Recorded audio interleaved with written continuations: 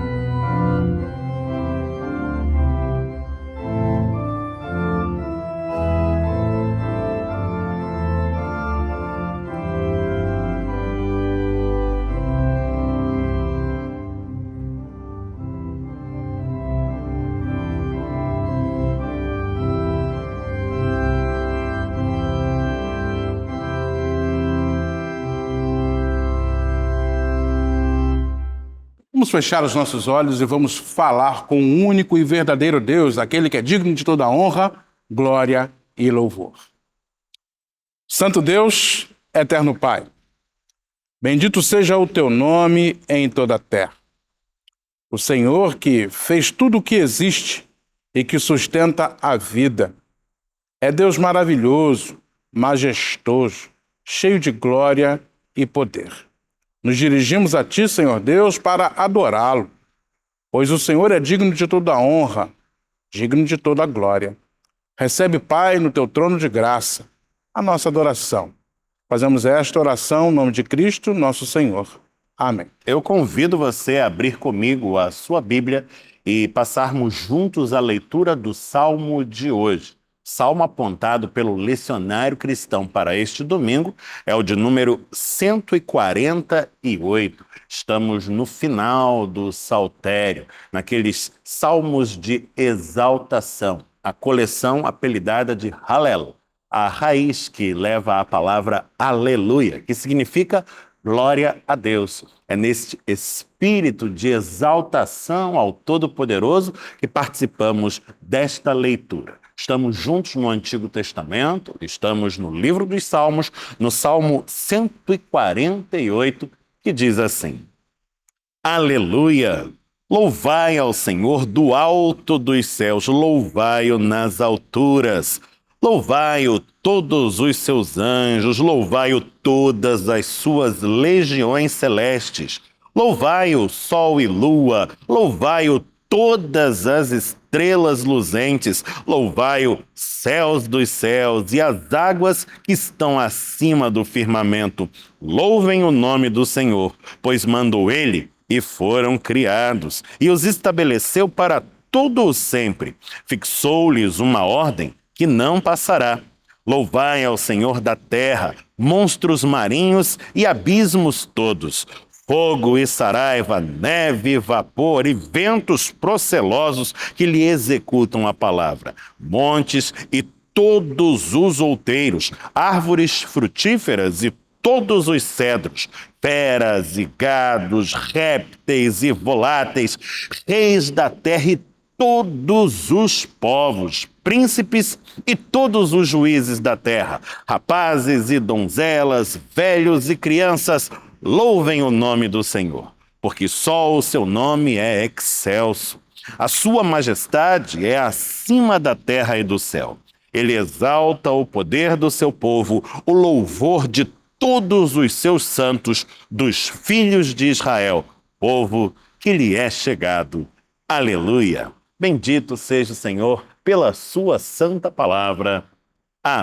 O salmo que lemos é um eloquente apelo ao louvor, a que manifestemos a glória de Deus.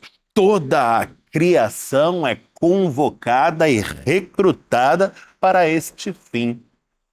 Mas como poderemos louvar, bem dizer, como glorificaremos a Deus adequadamente, ou como, de modo apropriado, a sua glória se verá manifesta em nós se estivermos marcados com a nódoa do pecado? É por isto que, nesta hora, cônscios da grandeza de Deus e de nossa própria pequenez, cientes da sua santidade e de nossa miséria e pecado, nos prostraremos diante dele em oração. Apresentaremos a ele a nossa confissão. Receberemos dele o renovo que vem com a sua graça, o perdão que é sem par. E então, pelo agir do Espírito Santo, seremos habilitados à novidade de vida em santidade e justiça, e estaremos aptos a toda sorte de boa obra. Busquemos ao Senhor, e se você puder fazê-lo, faça-o de joelhos. Se não, ao menos baixe a cabeça e feche os olhos por alguns instantes, coloque-se em silêncio e poste-se assim, diante do Pai Celeste, para conversar com Ele no íntimo do coração.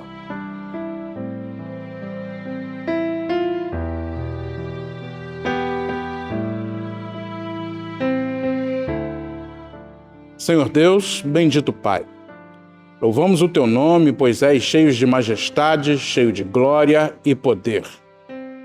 E isso para nós é motivo de grande alegria, pois ao mesmo tempo que Tu és Deus majestoso, és Deus cheio de amor, de graça, misericórdia, és Deus de perdão. E por isso, Senhor Deus, a confessarmos os nossos pecados a Ti, confiamos que mais uma vez a Tua graça será sobre nós. Mais uma vez a nossa transgressão será apagada. Louvamos o Teu nome, pois o Teu Espírito nos orienta. E quando falhamos, sentimos, Senhor Deus, a tristeza em nosso coração, pois queremos mesmo é fazer a Tua vontade. Louvado seja o teu santo nome. Te louvamos, Senhor Deus, por tamanho amor. Te agradecemos pelo perdão que recebemos. Ainda suplicamos a Ti que continues a abençoar os Teus filhos, a cuidar dos Teus servos, a desnudar o Teu poderoso braço para lutar as nossas batalhas, pois sabemos, somos mais que vencedores por Cristo Jesus. Suplicamos pelos Teus filhos que enfrentam dificuldades, aqueles, Senhor Deus, que têm lutado por suas vidas, aqueles, Senhor Deus, que têm caminhado em meio às dificuldades, aos problemas, mas que têm confiado piamente no Teu cuidado e na Tua proteção. Te bendizemos o nome, felizes, cheios de fé e gratidão, em nome de Jesus. Amém. A bênção de Deus jamais cessa sobre as nossas vidas. São chuvas de bênçãos que temos colhido das mãos divinas e nós, como vivas testemunhas desse cuidado zeloso e providente, temos na liturgia um ensejo para que expressemos a nossa gratidão e reafirmemos o nosso compromisso com a causa do Senhor. É o ato do ofertório, do qual você pode participar até mesmo remotamente, no conforto da sua casa e servindo-se para tal dos meios eletrônicos disponíveis a esse fim. Nessa hora, na sua tela, você encontra os dados da conta corrente da Igreja Presbiteriana de Copacabana e, por meio deles, pode fazer o seu Pix, a sua transferência, tudo de forma prática e segura. O mais importante é que você não se prive deste privilégio. Que você participe e exerça esse dom que Deus nos dá, de nos tornarmos partícipes da obra que é sua, sendo um instrumento nas mãos do Todo-Poderoso para que as suas bênçãos divinas sejam espalhadas pela terra. Colabore, envolva-se e que o Senhor muito abençoe você.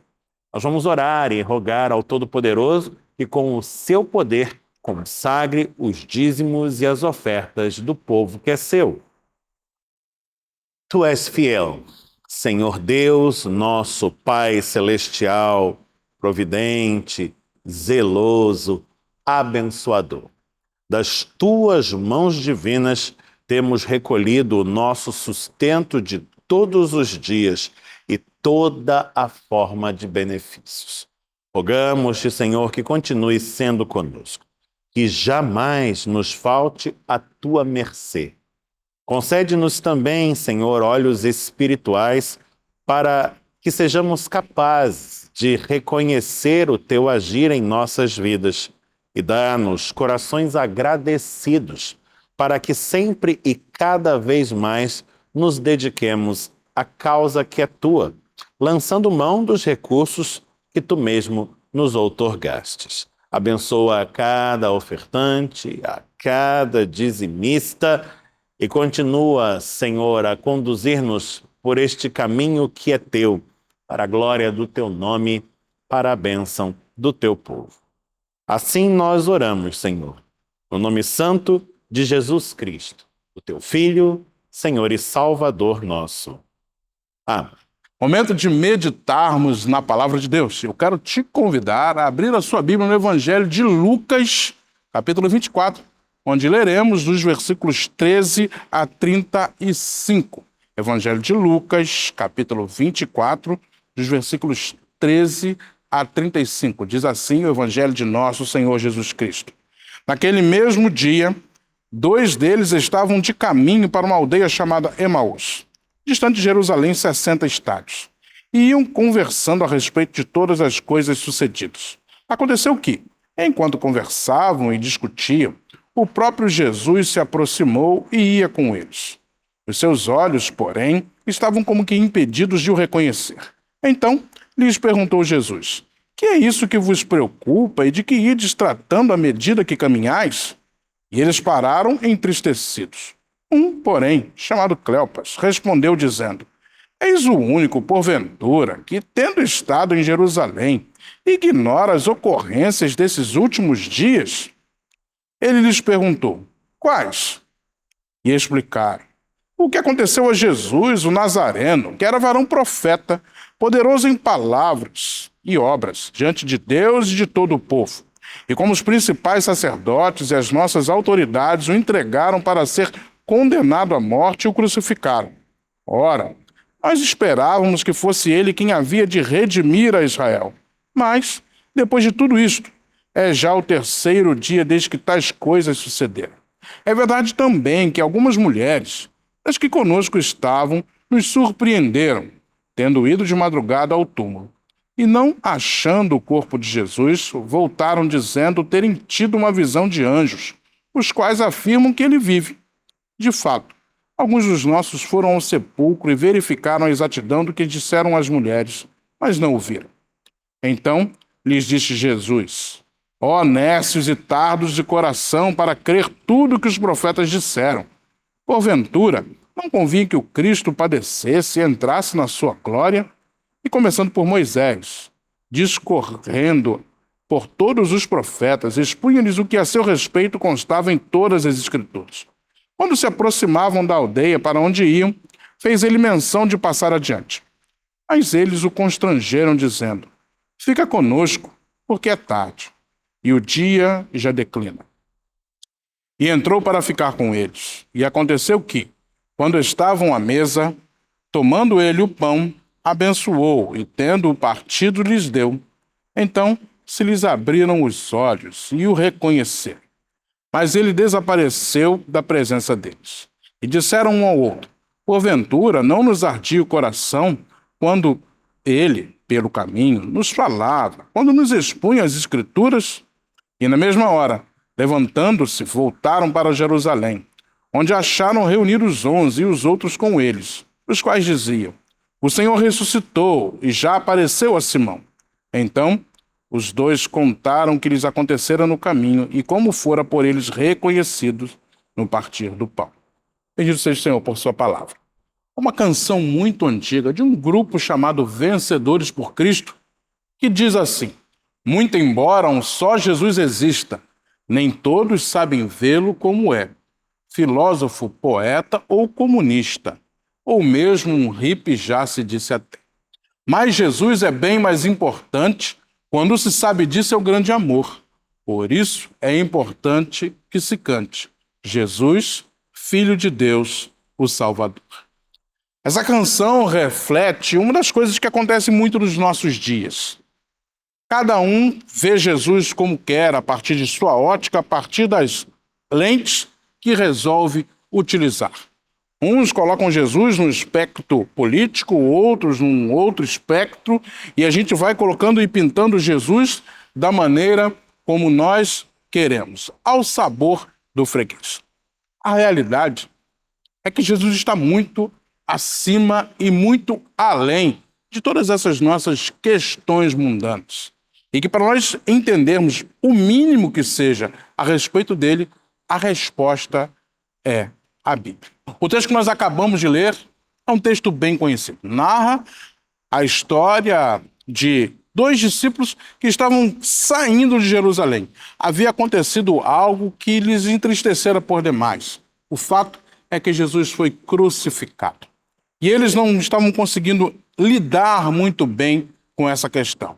Não entenderam tudo o que Jesus havia dito ao longo de sua estada com eles, não entenderam muito bem tudo o que acontecera a respeito de Cristo e como deveria acontecer. E eles se retiram de Jerusalém e, como que numa fuga, vão para outro lugar. Interessante que nessa narrativa nós vemos Jesus chegando aos poucos, de forma bem discreta, e fala com eles: olha, sobre o que vocês estão conversando aí? Os discípulos falam de uma forma até um tanto quanto insolente. Só você que estava em Jerusalém não sabe o que aconteceu lá? E começam a falar o que acontecera com Jesus. E aí chega um momento que Jesus lhes diz assim: honestos e tardos de coração para crer tudo o que os profetas disseram. Aqueles homens não haviam entendido a mensagem, não haviam entendido o que Jesus havia falado, havia vivido, havia explicado, e a tristeza deles se configura também por não terem crido naquilo que lhes fora apresentado. Apesar de serem discípulos, parece que haviam algo lhes impedindo de enxergar tudo da maneira que realmente eram. E eles têm dificuldades, e agora Jesus se aproxima deles, conversa com eles e lhes chama a atenção. E é sobre isso que a gente vai pensar um pouco. Primeira coisa que eu quero que você entenda. Veja bem, aqueles homens eram homens que conheciam Jesus, estavam com ele ali no seu ministério, talvez não fizessem parte ali do grupo mais íntimo, mas fazia parte daqueles que eram conhecidos e chamados por discípulos. É assim que o texto começa falando que eram 2 discípulos e que estavam indo de Jerusalém para uma aldeia chamada Emaús. E neste momento, esses 2 homens não compreenderam o que estava acontecendo. E Jesus vai lhes falar: olha, como é que vocês conseguem ser tão displicentes? Vocês não têm discernimento do que está acontecendo, vocês não entenderam tudo o que aconteceu. E aí a gente precisa refletir um pouco. Na nossa vida, Jesus é claro, aquele que pode todas as coisas, aquele que nos salva, aquele que nos limpa de nosso pecado, aquele que nos faz filhos de Deus, e todas as coisas que foram transformadas a partir do momento que nós o encontramos, às vezes nós não compreendemos da forma correta. Porque, afinal de contas, às vezes nós queremos fazer de Jesus aquilo que espelhe o nosso desejo, espelhe a nossa vontade, que ele se revista de tudo aquilo que a gente quer projetar nele. E aí nós temos a primeira dificuldade, que quando nós fazemos isso, nós criamos um Cristo completamente diferente do Cristo apresentado nos evangelhos. Nós vemos isso algumas vezes por aí. As pessoas criam o seu próprio Jesus, criam o seu próprio Cristo e fazem dele a sua própria imagem e semelhança. É uma tentação mesmo. É uma tentação fazer de Jesus aquilo que nós queremos dele. Tem gente que pensa que Jesus é o garoto de recados que você toca a sineta e ele aparece para te servir. Tem gente que pensa que Jesus é passivo e precisa que você precise dizer a ele exatamente o que você quer, porque senão ele não vai tomar atitude. Ele vai ficar aguardando você dar ordens e dizer o que você precisa. E nós vamos nos distanciando do Cristo bíblico. O Cristo que nos é apresentado como o Senhor de tudo e de todos, como um único Filho de Deus, como aquele que deixou a sua glória para vir a esta terra, conhecer a vida humana para nos salvar e nos libertar do jugo do pecado. E aí nós temos outra questão. Nesse Cristo que a gente cria, nesse Jesus que a gente pinta, nós fazemos um Cristo que lida com situações do nosso cotidiano, mas não nos lembramos de um Cristo que mudou algo crucial na nossa existência, que é a nossa relação com o pecado. Nós que somos pecadores, nós que fomos inimigos de Deus por tanto tempo, tivemos a nossa condição mudada, transformada por esse Jesus. Esse Jesus que veio especificamente resolver essa questão. Nenhum de nós tinha condição de se livrar do pecado por si mesmo. Precisávamos de um Deus que se tornasse homem e desta forma fosse o sacrifício perfeito, mudando assim a nossa condição para pecadores remidos. Ou seja, aqueles que, apesar de pecadores, receberam a salvação não por seus próprios méritos, não por seus próprios meios, não por sua própria força, mas pelos méritos de Cristo. E isso só é refletido na própria Bíblia. Quando nós nos deslocamos do local da Bíblia para procurarmos dentro de nós e das nossas ambições e moldarmos Jesus desta maneira, nós nos afastamos daquilo que o Senhor Deus tem para cada um de nós. E pintamos um Jesus completamente diferente daquilo que de fato ele é. Aí nós temos esse Cristo que depende da vontade humana, desse Cristo que precisa que você diga exatamente o que ele precisa fazer, desse Cristo que é simplesmente o seu serviçal, porque você fez isso, aquilo ou aquilo outro para Deus, quando na realidade está completamente fora do que a Bíblia nos mostra. A gente fica tentando encaixar Jesus na nossa própria ideologia, no nosso próprio discernimento, nas nossas próprias ambições, e nós nos esquecemos que Jesus é Deus, portanto, algo completamente diferente de nós, totalmente diferente daquilo que nós pensamos, agimos ou sentimos. Estamos falando de um Deus que está fora das limitações da humanidade. Por si só, tentar aprisionar Jesus nessa figura já é uma falha total de compreendê-lo. Nós queremos limitar a ação, nós queremos dizer como ele faz, mas nós sequer entendemos que ele está fora desses parâmetros humanos com os quais desejamos classificá-lo. Mas, pastor, então se a gente não entende muito bem quem é Jesus, como nós faríamos para pelo menos ter uma ideia melhor, mais correta? Jesus nos mostra no texto. Porventura não convinha que o Cristo padecesse e entrasse na sua glória, e começando por Moisés, discorrendo por todos os profetas, expunha-lhes o que a seu respeito constava em todas as Escrituras. Está aí o ponto fulcral da nossa questão. Quando nós retornamos às Escrituras, quando nós voltamos à Palavra de Deus, nós vemos verdadeiramente a figura do Cristo que nos é apresentado.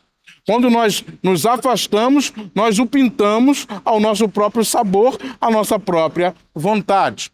A Palavra de Deus é imprescindível para isso. Mas nesses dias de internet, nesses dias de redes sociais, nesses dias onde nós procuramos tanta facilidade, ler a Bíblia parece que é algo trabalhoso, custoso demais. E nós preferimos que alguém o faça por nós e nos conte alguma coisa. E às vezes o que a pessoa conta não tem nada a ver com o Cristo bíblico. Quando nós nos afastamos da Bíblia, nós encontramos um Jesus diferente do que ela apresenta.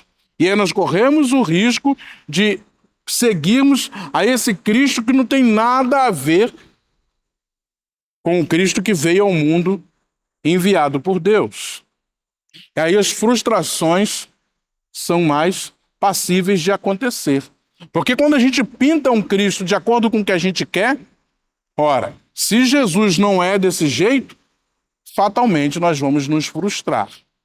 E aí nós precisamos parar e pensar sobre essas questões. A forma como nós lidamos com isso, quando nós lemos a Bíblia ou se nós não a lemos, vai nos dizer como nós nos relacionamos com Cristo. Se nós não lemos a Bíblia, nós vamos acabar por nos relacionar com um Jesus que não é o Cristo bíblico. Se nós lemos a Bíblia, nós vamos conhecê-lo verdadeiramente. O Espírito Santo vai nos dar orientação e discernimento e nós vamos cada vez mais nos aproximar do Jesus que é o que a Bíblia nos mostra. Mas isso depende, uma boa parte, de nós. Abrirmos a Bíblia e lê-la. Virmos à igreja para estudá-la. Prestarmos atenção naquilo que nós estamos fazendo para o Senhor, para conhecê-lo cada vez melhor. Por exemplo, na nossa igreja, nós temos dominicalmente a escola dominical, onde nós tratamos de temas bíblicos, onde nós estudamos a Bíblia para facilitar o entendimento das coisas concernentes ao reino de Deus, para nós entendermos melhor quem de fato é Jesus Cristo. Ficar em casa ou se abstrair dessas responsabilidades nos afasta do Jesus verdadeiro e nos faz presas fáceis para aqueles que dizem que estão falando de Jesus, mas que estão pintando conforme a sua própria vontade e desejo. E nós não devemos ser presas para esse tipo de coisa, pois, afinal de contas, muita gente lutou para que nós tivéssemos a palavra de Deus em nossas mãos. Você deve se recordar, a Reforma Protestante lá no século XVI nos trouxe a Bíblia para que eu e você não mais dependêssemos das interpretações de outros, mas que pudéssemos lê-la e, através da ação do Espírito Santo, nós tivéssemos discernimento e conhecimento de tudo aquilo que Deus tem feito na minha vida e na sua vida. E assim, não mais sermos presas daqueles que tentam nos controlar, criando um Cristo à sua própria imagem e semelhança, fazendo disso razão para que nos afastemos cada vez mais dos propósitos do Senhor. Então, leia a Bíblia, para que você possa entender esse Jesus e que não se perca e não tenha fuga dos seus problemas e dificuldades, para que você saiba que esse Cristo caminha ao nosso lado e que ele está acessível a nós. Você deve se lembrar que no nosso texto, quando Jesus faz menção de ir embora, os discípulos o constrangem a ficar. Sim, pedem para que ele fique e Jesus fica. O Cristo verdadeiro nos prometeu estar conosco até a consumação dos séculos. Ele não nos abandona, ele não nos deixa, ele está ao nosso lado dia a dia. Então busque nas Escrituras e em Deus a convivência e o relacionamento com Jesus Cristo, o verdadeiro, aquele que vive para todo sempre e que há de voltar para buscar a sua igreja. Deus te abençoe. E neste domingo, dia 18 de maio de 2025, no culto vespertino, às 18 horas, aqui no santuário, de forma presencial, nós teremos a celebração do culto do Senhor. E nela, vamos celebrar o sacramento eucarístico, a ceia do Senhor.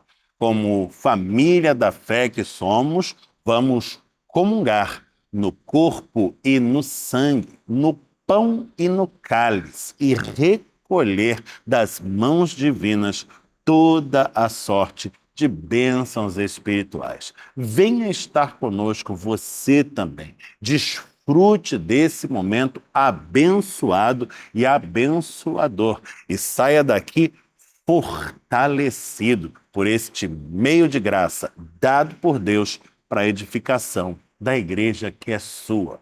Esteja atento. Hoje, domingo, 18 de maio de 2025, às 18 horas, aqui no Santuário, Rua Barata Ribeiro, 335, Copacabana, Rio de Janeiro, RJ.